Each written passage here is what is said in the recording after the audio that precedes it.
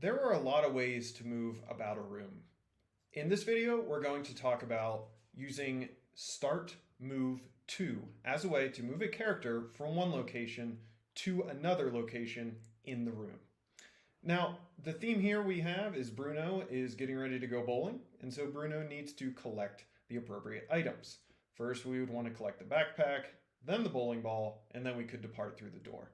And we'll just do the first part of that in this particular video. So the first thing we need to do is we need to move Bruno from where he is over to where the backpack is. And so if we go into edit mode, we're moving to a specific location, which means we need the X, Y, and Z values for that location. So just to help out, you may just want to make a copy of Bruno and then put Bruno where you think he should end up. So I've got my start and my finish. And then I want to look at my values here. So let's say right there's what I want. And I look up here in the position value and I have negative 30.5, 0, and then 34. That is the location Bruno will move to. Now let's get that set up by selecting what do we want, what event do we want to happen in order to make that movement occur? And we could say, hey, let's click on the backpack to move Bruno to the backpack. So I'm going to click on the backpack. I'm going to select code. We're going to start from scratch, and there's a couple things we need to do first.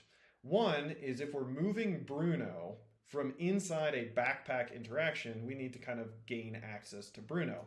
And the way that we can do that is Bruno is equal to, so Bruno, the variable, is equal to get thing, and then bowler Bruno. And what that means now is anytime we call the word Bruno or the variable Bruno, we can apply methods to that particular thing. Next, we want to set up the actual function. So we've got a function and we said on click. And since we didn't specify anything before it and we're in the backpack, this is clicking on the backpack. Then we want to move Bruno. And so we want to say Bruno, the thing we want to move, a colon to apply a method to it, and then start move to. We'll go through start move by in another video. Start move to takes you to a specific X, Y, and Z location. We'll click on that. We just have to remember our numbers. It's something like negative 30.5, 0, and 34, I think. And then the last value here is the duration. We'll just say 2 for 2 seconds, and then we'll say end. And so go ahead and click the checkbox, and we can hit play to see if it works.